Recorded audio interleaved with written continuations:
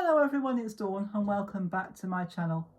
Well, in my video when I showed you what I've made since I got back into crafting, one of the things I made, or showed you, was this ring box. Now, we're going to make a ring box today, but in my original design, what I did, I put a slit to hold the ring. But I've actually found a better way, or a different way. I don't know whether it's better, but I think it's better. It's certainly easier. So I found an easier and different way to insert the ring, and doing it this way, it could also be used for a, yes, it can be used for a ring box, but doing it this new way, we could also use it for an earring box. And I'll show you what I mean when we finish the project. So I'll just slide that to one side for a moment. You will need two pieces that measure 4 by 4. And this is one of them. I'm still using my marble paper, but I'm using the blue. And you need to score that at 1 inch on all 4 sides, like that. So if I turn that over, you can see my score lines. And I'm going to have the score lines, I'm going to use this bit as the base, or as the upper part. So it doesn't really matter which you have. Now, you need a pair of scissors for this. And you need to cut up all 4, but just up to where the score lines meet. Don't cut past there. So we're going to do that. And do that to begin with. So that frees our tabs. And then all we're going to do on each of the tabs, we're going to cut out just a tiny wedge so that when we put it together, it doesn't bulk. So we'll just quickly do that now. So I'm just coming in. If I hold it up to the camera, I haven't even measured it. I'm just coming in just a tiny fraction. We don't need to go in too far. You can go in deeper if you want to, but it's really not necessary. And this is the base of our box, and I'll show you how we do the lid when we get to it. So we're just going to very quickly notch out these little tabs, and then I'll show you what we do to the base part. So that one's slightly deeper, but it doesn't matter. So we're just going to sweep that to one side. Let's just get rid of the debris first, and we'll put that down. Now, there are 2 ways we can do this next part. We can either bring it up and make it into a box, or we can put the base bit in first. It might be easier to put the base in first. So you will need a piece of white. I've used mount board because it's a nice bright white, but if you haven't got mount board, use white card and stack about 3 pieces together. And you will need one piece that measures 1 3/4 by 1 3/4. Now, when I did this the second time, it was a bit snug. So if you find 1 3/4 too snug, cut it down to 1 1/2 squared.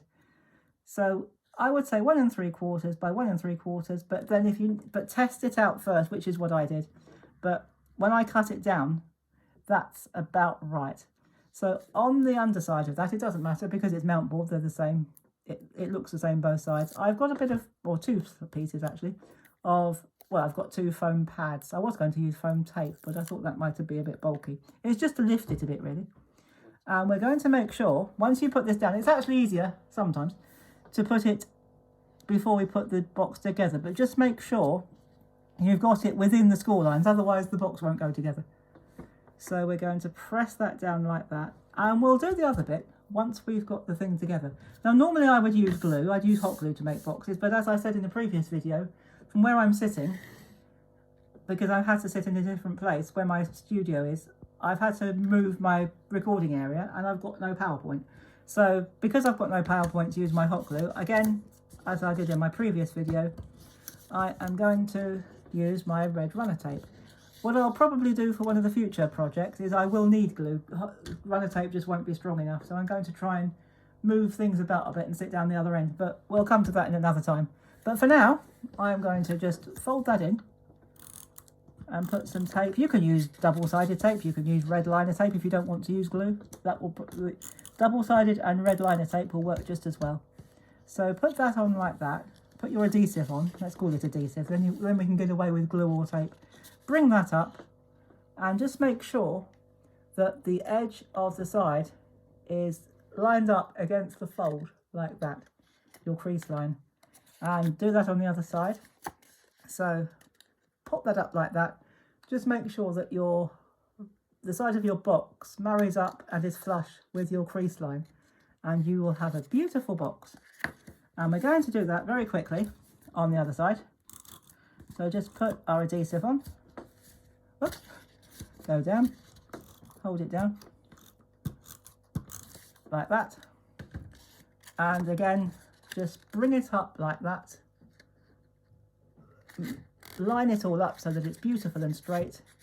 And finally do that on the other side. And if you want to, if you're not quite sure whether it's in, just hold it still and put your fingers on the tab on the inside and give it a good press all the way around. Then we have a box with a white base. Now, to make the bit where the ring goes in, this is the clever bit. Well, it's not really that clever, but it's just an idea I got. I had one of these sudden brainwaves. I thought, hang on a minute, there's a better way we could do this. So you will need a piece which measures 1 3/4. Actually, I'd say 1 1/2. I've put 1 3/4, but I'd say 1 1/2. I think 1 1/2 by 3. So 1 1/2 that way and 3 inches that way. And then what you need to do, at one end, you need to put some adhesive. Now tape will be more than enough for this. So I'm just going to put my tape along there. And then what I'm going to do, I'm going to take a pencil, anything that's round, about the size of a standard pencil will do. And I'm just going to roll it, keep it fairly tight and try and keep it straight. And roll it like that.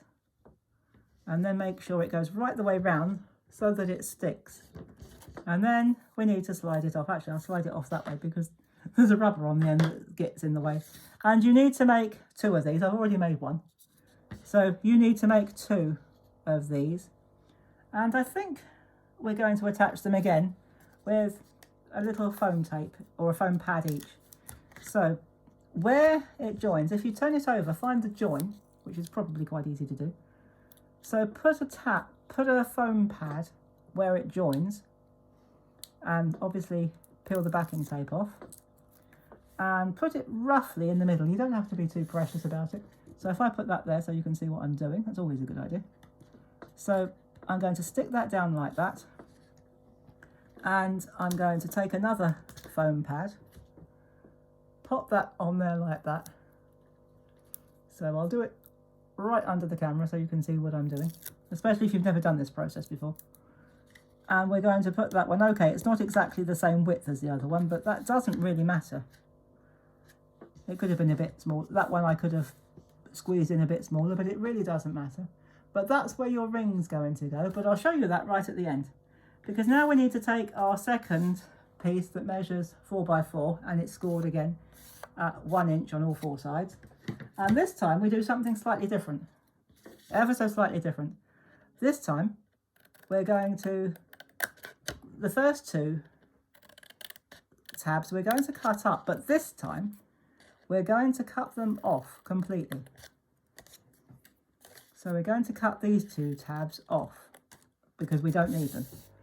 And these 2 we're going to do just as we've done before. In fact, I'll do that straight away. We're going to cut up and notch out like that. And we're going to do the same on the other one. Now, let's hope I don't get carried away and cut the tabs off, otherwise we've ruined the lid. But hopefully we won't do that. So we'll notch that out too. Sweep that to one side. And this, actually this will be the front. Now, a tip here, if you want to, you can add a finger lift. I'm going to use a 1 inch punch to do this. You can do it, you can hand cut it, you can use a die. But if you're going to do this, folks, you don't have to. But if you're going to do it, a quick tip, do it before you put the thing together because it's a lot easier. So I'm going to put mine roughly halfway in. Doesn't have to be exact. And, oops, yeah, the idea was that it goes in and doesn't fly out. So what I'm going to do, I would suggest holding it in like that, about halfway in, and giving it a good punch like that. And it's like that. So now you have your base. So we're going to fold that in again, like that. That's going to be folded in. That, yeah. Okay, well, that's torn. I'm not quite sure why that's torn, but it did. But it doesn't matter because we're going to put some adhesive on here and that should hold it into place. So we'll just spin that round there like that. Why that tore, I'm not quite sure, but we won't worry about it. I'm not going to. So I'll just run some adhesive on there, fold it over and fold it in. And as that seems to have come beyond, yes, I think I should have done that the other way around, but it doesn't matter. If you do it the way I've done it and you find that your tabs are overlapping your ring pull or your finger pull, just cut them away. No problem at all. Just take your scissors and just cut them away like that. There. So I'm not quite sure why that tore, but I'm not worried about it. Now what we do, there's just one more piece of adhesive to put on, and then we're almost done. So this is going to be the hinge for your box. So run your adhesive or your glue, whatever you're using. You can use a PVA style glue if you want to. And pop that so that the score line comes just above the box. I'm not quite sure if you can see that, but that's what you do. And then that will fold down really nicely. And I'm going to use a decoration on the top of mine. Now here I've got some 3D stickers. And I think I'm going to use that one because it's a nice colour and it fits the theme. It fits the colour theme. And I'm going to put that, oops, on there like that. So there's our box finished, but we're not quite done yet. So what we do now, obviously, we open our box and I'm just going to take the ring. So you can see the difference. If I put that in the middle, you can see the difference between the two styles. And I'm going to take that out.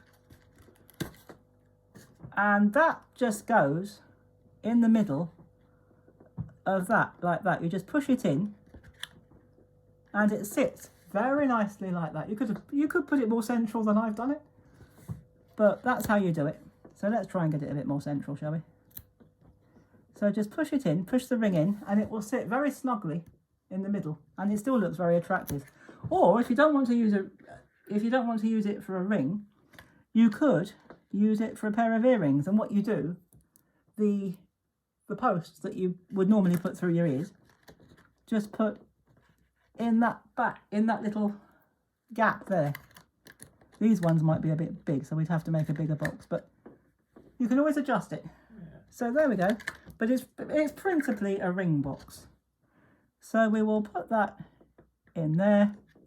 There is our ring, there is our box, and there is the lid, all nice and neat. So there you go, guys. There is our ring box. And when you come back next time, I'm going to show you how to make a bracelet box. It's a little bit different. The principle's the same, but the way we add the bracelet is a little bit different. So do come back and find out how we do that, and I will see you in my next video. And until then, thank you so much for watching and for subscribing. If you've enjoyed this video and you're not yet a subscriber, please do click that subscribe button. It's absolutely free, it won't cost you anything, but it'll help you to see my next video, especially if you ding the bell after you've subscribed, and then you'll never miss another video, and YouTube will notify you when I upload a new content. And I will see you very soon.